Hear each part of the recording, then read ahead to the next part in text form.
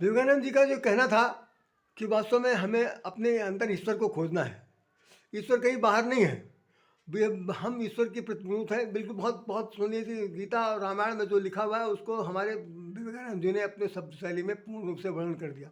जैसे गीता में भगवान श्री कृष्ण ने कहा है कि सब लोगों को चाहिए, जितने भी जिनको चक्षु ज्ञान की प्राप्त हो गई है, जो आत्मज्ञान की प्राप्त हो गई, जो वास्तव में अध्यात्म के पक्ष में कुछ भी समझना चाहते हैं, उनके लिए उन्होंने भगवान श्री कृष्ण ने बहुत ही स्पष्ट खुले शब्दों में कह दिया कि सारा संसार मेरे में गुथा हुआ है, जैसे मोती माले में गुनी जाती है।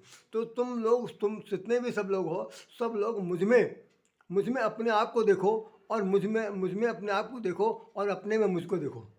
मतलब यह है कि सारे संसार में जितने भी प्राणी हैं उन सब में हमारे ईश्वर की मूर्ति, हमारी मूर्ति के रूप में देखें। ये बात अलग है कि भाई सब लोग अपने अपने धर्म संप्रदाय और जात जात और कुल धर्म से अपने अपने अलग दिखाई, उस शकल सूरत में दिखाई पड़ रहे हैं, लेकिन वास्तव में कुछ नहीं है। सारे संसार में दो ही जातियाँ हैं कि मानव जाति, एक पशु जाति, जैसा मैंने बताया।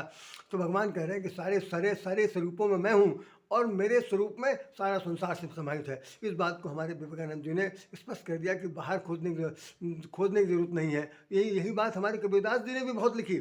मैं समझता हूँ कबीरपंथी विचारधारा से भी वो बहुत प्रभावित थे हमारे विवेकानंद जी, और उन्होंने ये कहा कि जितनी भी कुरीतियाँ हैं समाज में, जितनी भी अनुपयोगी चीज़ें हैं, जिनके कारण सारा समाज में भ्रष्टाचार फैला हुआ है, लोग भ्रष्ट मार्गी हो गए हैं, या जिनको अपने समझ में नहीं आ रहा, उनको भी इस पक्ष में आना चाहिए, अध्यात्म समझना चाहिए। उनकी एक बात बहुत बहुत ही महत्वपूर्ण है, जिसे हम आप लोगों को समझ आइए कि उन्होंने कहा कि जितने भी लोग हैं उनके प्रति अगर आप सेवा भाव नहीं कर सकते, ईश्वर ने हमने एक संत महात्मा के मुखारबिंद